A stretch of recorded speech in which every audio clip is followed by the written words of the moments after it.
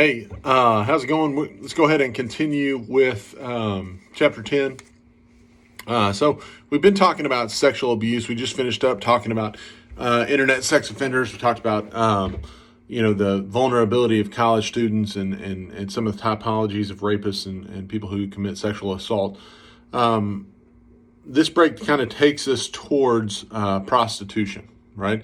So, specifically, in looking at the extent of prostitution, it is overwhelming. Uniform Crime Report says more than 61,000 prostitute-related arrests are made each year. The highest rates of arrests for that are found in the Midwest. You can draw whatever conclusions you want from that. Women are twice as likely to be arrested for it as men are. Which, I mean, you can do the math. What that's showing you is that the Johns aren't getting arrested and the prostitutes are. Both acts are illegal. John is a term that we use, or that's, used to talk about the people who actually pay for the prostitutes, who are actually engaging the prostitute in that transaction. What makes this even sadder, I mean, obviously we're just talking about prostitution within the U.S., but if we look at UNICEF, the United Nations organization that works specifically with children, they report that nearly 1/3 of sex workers in Thailand, India, and Brazil, think about the populations, not necessarily of Thailand, but Brazil has a massive population. India has a very massive population. And that's not to make light of Thailand. I'm just saying Thailand's a smaller country. Certainly still is tragic there, but when you're just talking in gross numbers, they are gross in every sense of the word. So nearly 1/3 of prostitutes are children. Back to the U.S., the greatest number of arrests for prostitution is made in the 25 to 40 age range. The highest rates of arrests were found in the Midwest. Western regions make a greater number of arrests. Midwest and Western, greater numbers of arrests compared with all the other regions. Sex tourism, sex trafficking is extremely prevalent specifically in Asian countries, such as Thailand, Japan, South Korea. It is, it's unbelievable. This is, when we say sex tourism, it's exactly what it sounds like, right? People paying top dollar to visit, and they have, they kind of get to pick their sexual events. And it's just a disgusting, absolute disgusting reality in many Asian countries. Now, that's not to say that type of thing doesn't happen in the United States. It certainly does, but it's more rare. Our law enforcement is more tuned to it, right? So, as opposed to a place like Thailand, where sex tourism is such a big thing, it brings in so much money that officials will oftentimes turn a blind eye to it unless they don't really have another option. As far as the types of people that get involved in prostitution, your call girls or your escorts, these are well-paid, high-status sex workers who work largely away from public scrutiny, little interference from the police. This is very high-end stuff. They're making a lot of money, and because of the kind of high roller nature of it, the clientele are wealthy, and so it's done out of the public eye. They're not sitting on a street corner. They're not doing anything that could, upset the public. And so that's not anywhere near the majority of prostitutes, but that's kind of your top end typology from a money making standpoint. Escort agencies, these are men and women who are employed by an agency. They are well compensated for their services, whereas the call girl or escorts is going to be more independent. An escort agency is someone who arranges it, arranges the meetings and things along those lines. A brothel employee. This is when we start to get more towards what most. No, it's not. It's not the most common category, but it is. You're starting to get into the general pool. A brothel employee works in a specific brothel, a house of prostitution. And they may provide massages or saunas and sexual services, as well as other legit or legal services. We've talked about massage parlors masquerading, or I should say brothels masquerading as massage parlors. We've seen that. But that's that. Let's see here. Window workers. These are going to be low-paid sex workers. When we were talking about it earlier on Tuesday, one of the things we discussed was that in some of those areas where you don't have high rates of a high incident of rape, you have whole sections of those towns, Brussels specifically, is what comes to mind, where you have these whole sections of the town that are dedicated to the sex industry. There you're going to have window workers. These are low-paid sex workers who sit in windows of houses along city streets to attract potential clientele. Then you got bar girls or casino workers. These are girls who or women who just come in and solicit clients in public bars. They're often posing as patrons. They'll work hotel bars and things along those lines. And then you have kind of the stereotypical prostitute, the streetwalker.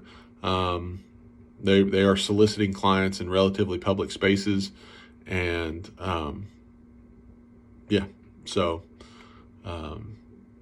that's the one most people think of when you think of prostitution. So, as far as street life, people who get into prostitution often are homeless, runaway youths. They engage in prostitution as what's commonly referred to as survival sex, right? They're exchanging sex for food, for money, for shelter, and other basic necessities. They oftentimes, when you're looking at something like this, it's drug use comes into play, right? That's one of the ways that the pimps keep the prostitutes engaged. They're never going to let them climb.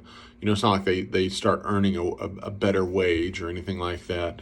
The pimps have they want to have a control over them, and so that's the approach there. So studies have shown that most sex workers are involved in illicit drug use. More than half begin using drugs before becoming sex workers. Obviously a very, a very sad connection there. But that's also why when we see heavy drug use, so if we were looking at White County and we see the drug problem that's there, we all hear about that. If you're paying attention to White County news, we all know that that's going on. But what the educated among us know is if you've got one, you've got the other, right? Like there is a prostitution / human trafficking problem, but we don't hear about that, right? Because that's a little bit nastier to talk about, frankly. That's not something you start talking about having that kind of a problem. It doesn't look well, and so a lot of this stuff kind of just flies under the radar, right? So speaking of flying under the radar, one of the areas that we see just a massive amount of growth in this area from a law enforcement perspective is online solicitation and child pornography, right? So as far as flying under the radar, the ability to do this stuff, to get away with it, is greatly increased by the internet. So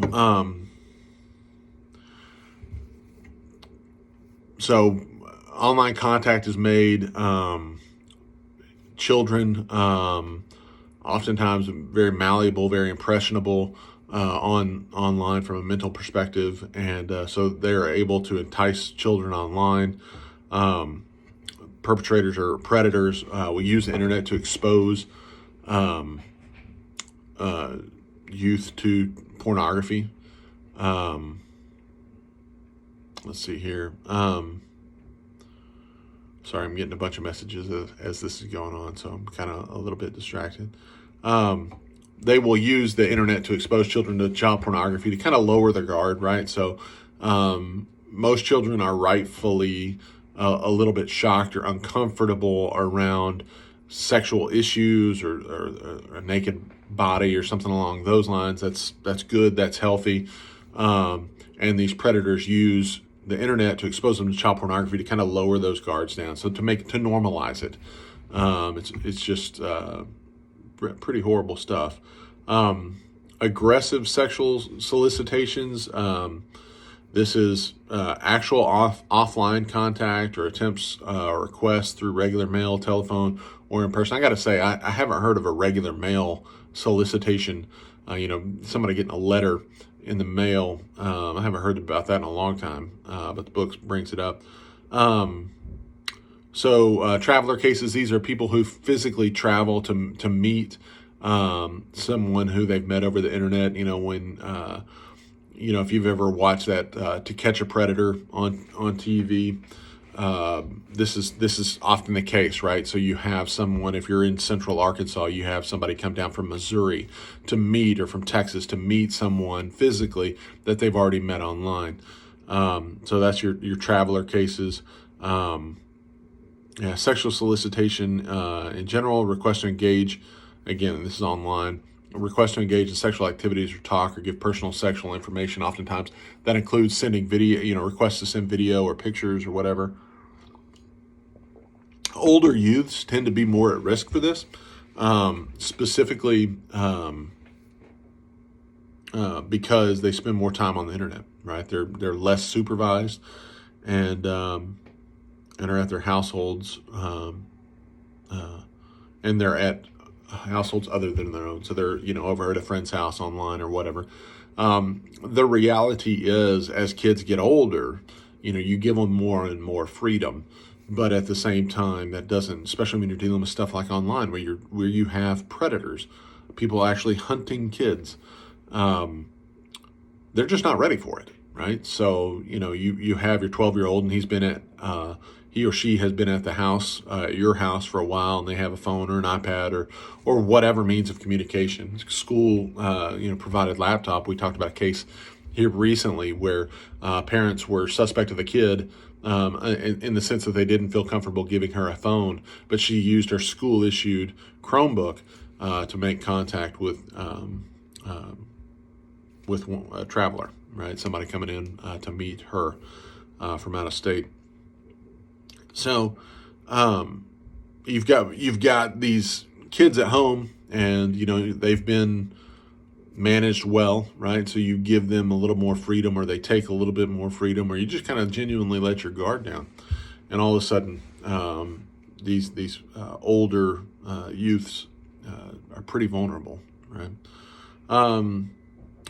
So the next category is social media and sextortion cases of minors specifically.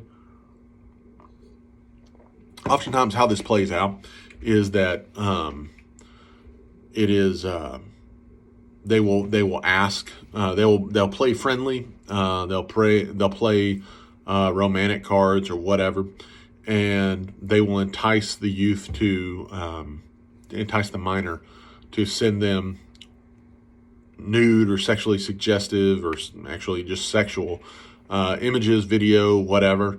And once they receive that initial, that initial, whatever you want to call that, picture, image, video, they'll extort them for more. So they'll say, look, you either send me more, or I'm going to post this on your Facebook or on your Snapchat, or I'll just post it on my Snapchat, right? We'll make this public, or I'll tell your parents or whatever. So they take the images or the video or whatever it is that they've received, and they use that to extort more, right? And again, we can look at it hopefully and see that this is dumb. You're never going to give them enough. You give them the next thing, they're going to want more. You give them the next thing, they're going to want more. Hopefully we can see that. To a young person who just doesn't want to be caught, doesn't, is scared of how it'll all be received and all that, it's nuts. So that they'll go for it oftentimes, right? Victims are overwhelmingly female, 16, 17 years of age, and oftentimes were known to and often romantically linked to the offender. So, if we want to look at, let's see here. If we want to look at the consequences of childhood sexual victimization, you've got behavioral, psychological problems, not knowing who to trust. Let's see here. Including acting out, running away, truancy, conduct disorder, delinquency, promiscuity, and inappropriate sexual behaviors. Once a minor has been taken advantage of in a sexual way, they're really struggling to find what their new norm is, or to find out what the norm is in general. And so there's a lot of just risk-taking behavior that can play out in that. But that's not to the reality is there's trust issues galore, trying to reassert their own dominance in their life versus being told what to do by other people. Increased rate of psychological disorders, including depression, or depressive disorders, anxiety disorders, alcohol, drug abuse, as well as sexual problems in adult life. Again, when we look at this, it just kind of makes sense, right? That if you've had these different struggles from a sexual perspective, that as you move into adulthood, having not established your basic norms, you haven't adhered to the societal norms, you can have some real sexual issues as you get older, for sure. So one of the things that we look at is sexual re-victimization, right? Sexual re-victimization in childhood or adolescence increases the likelihood of sexual victimization in adults. This is a crazy stat. I'm not sure how you even get it, and clearly it's a wide range. So I don't know how much trust you can put in it, other than just to say clearly it's a thing. Sexual victimization in childhood or adolescence increases the likelihood of sexual victimization in adulthood between 2 and 13.7 times, right? So it's a lot more likely that if you were abused in childhood because you didn't establish those sexual norms or boundaries or any of the things that kind of help you navigate a sex life as an adult in a healthy way, if you didn't establish those early on, it's going to be really difficult to establish them. And it can be done, but it's going to be difficult to establish those in adulthood without help, without therapy, without some genuine professional help. And so that rate of victimization in adulthood obviously increases. Women who have been sexually victimized as children are 3 times more likely to be physically and sexually victimized as an adult. Again, what we're looking at is that lack of boundaries, right?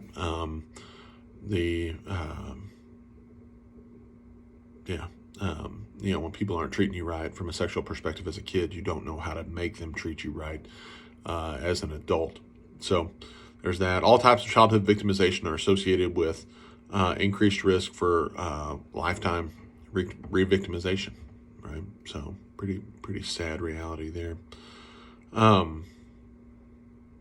There's a lot of theories as to why sexual offending goes on, right? So several sociological and social psychological theories of deviant behavior explain the prevalence or incident of sexually violent or exploitive behavior, including prostitution. One view of sex crimes holds that forcible rape and sexual assault are motivated by the offender's need to exert power, control, and dominance over the victim. The second explanation considers rape to be driven by innate sexual desires. Um, yeah. I'm going to be honest with you. I'm not going to go through and I'm not going to test you on all the different reasons that are given. But I just want you to understand a few things.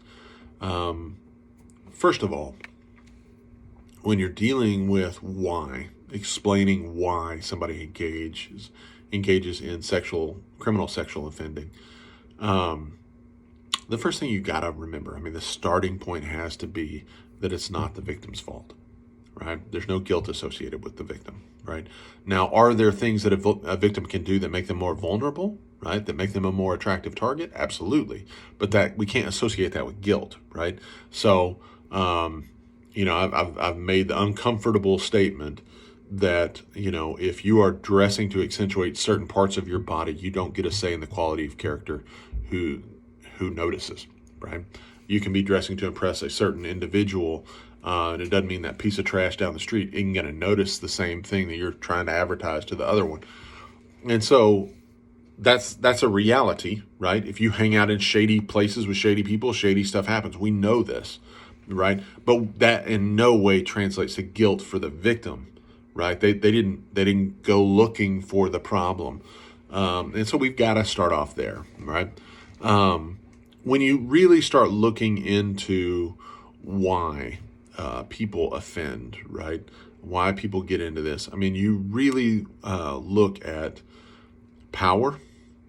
You look at, there were people wanting to assert their power, people wanting to assert control over another one. There are fetishes, right? So sadism or being sexually aroused by inflicting pain on someone else is certainly there. But I mean, when you really start diving into these theories, it's like, we've talked about anomie theory that, this comes up every chapter, but where society has these norms and these goals that everybody's supposed to be meeting, but you're not being able to meet them.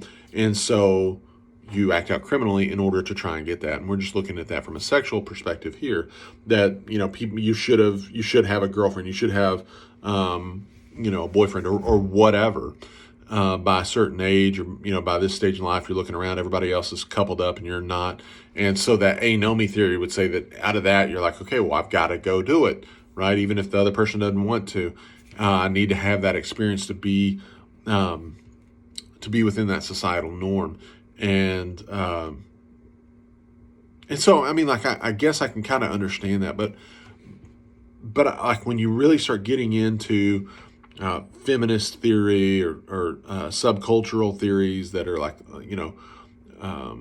lower class people follow focal concerns, and